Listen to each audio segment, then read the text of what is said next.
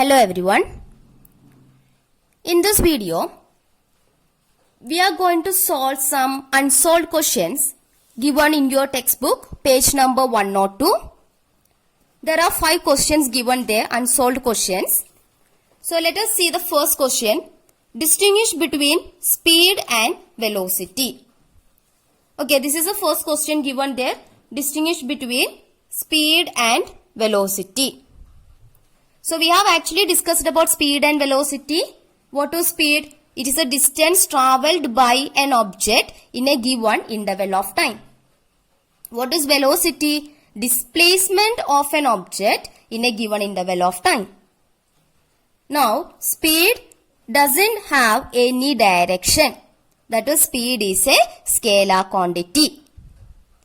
Velocity, it has a direction. That is, velocity is a vector quantity. Okay, so we have distinguished the two quantities, speed and velocity. Now let us move on to the second question. Under what condition or under what conditions is the magnitude of average velocity of an object equal to its average speed? Under what condition the magnitude of average velocity of an object becomes equal to average speed of that object? So actually we have discussed about average velocity, average speed, etc. And we have the expression for the average velocity as we have the expression for the average speed as average speed is equal to total distance travelled divided by total time taken. And what about average velocity?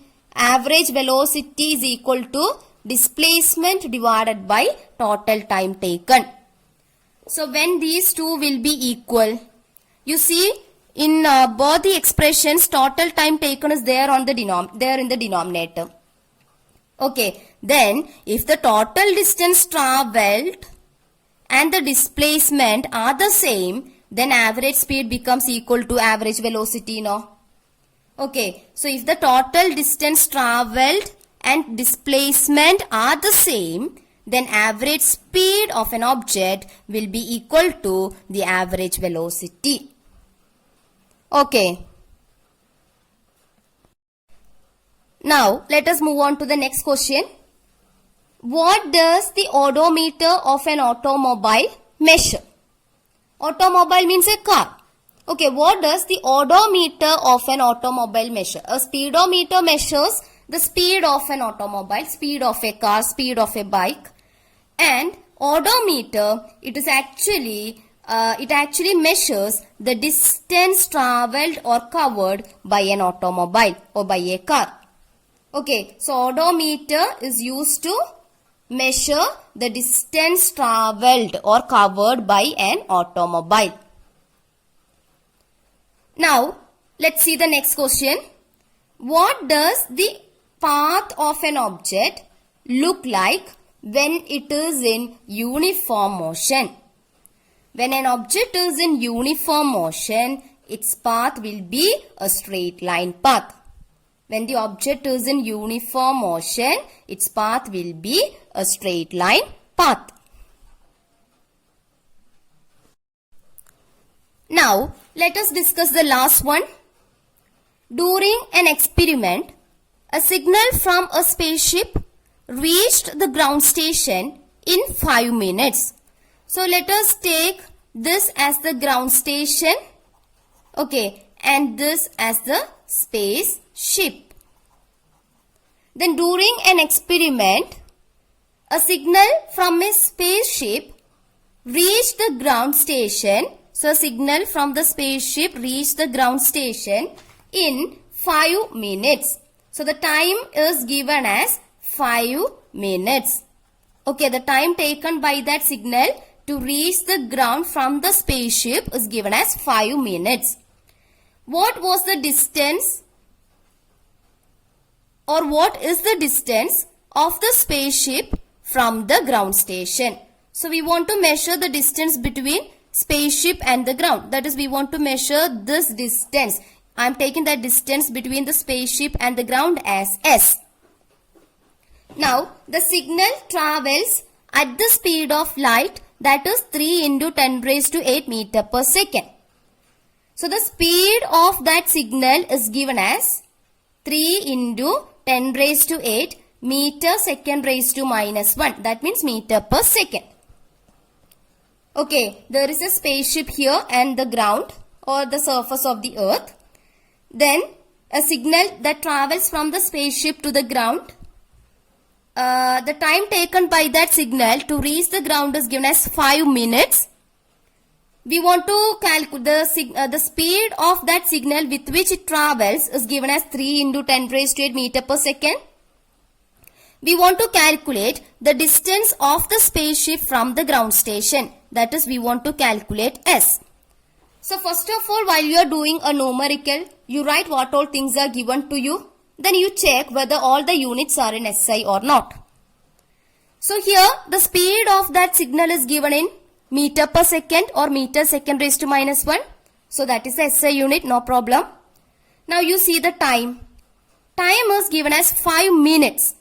What is the SI unit of time? SI unit of time is seconds. So you want to convert that 5 minutes into seconds. So we know that 1 minute is equal to what? 60 seconds.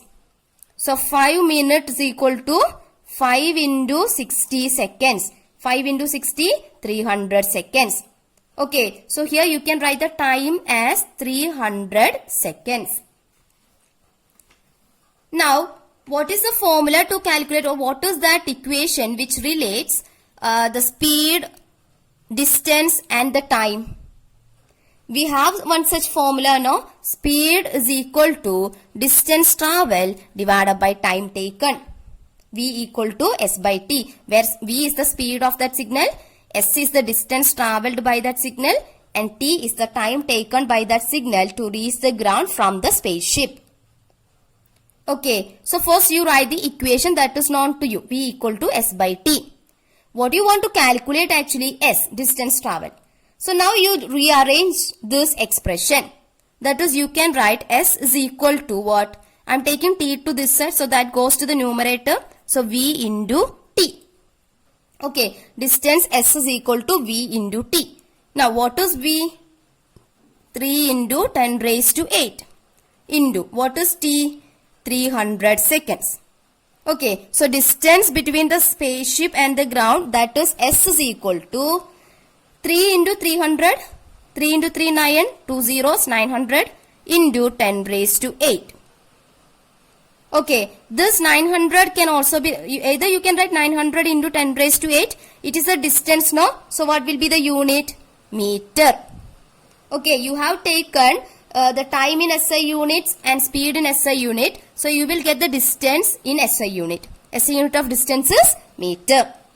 So either you can write the distance between the spaceship and the ground as 900 into 10 raised to 8.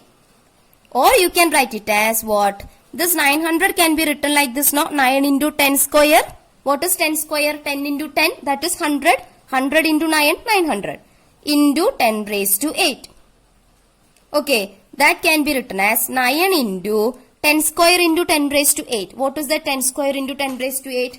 I hope you have studied this formula. That is x raised to m into x raised to n is equal to x raised to m plus n. So here 10 square into 10 raised to 8. In the place of x we have 10. Then in the place of m and n we have 2 and 8. Then according to this formula that you will study in mathematics, x raised to m into x raised to n equal to x raised to m plus n. That is 9 into x means 10 raised to m plus n, that is 2 plus 8. 2 plus 8 is 10. So 9 into 10 raised to 10 meters. So the distance between the spaceship and the ground is about 9 into 10 raised to 10 meters.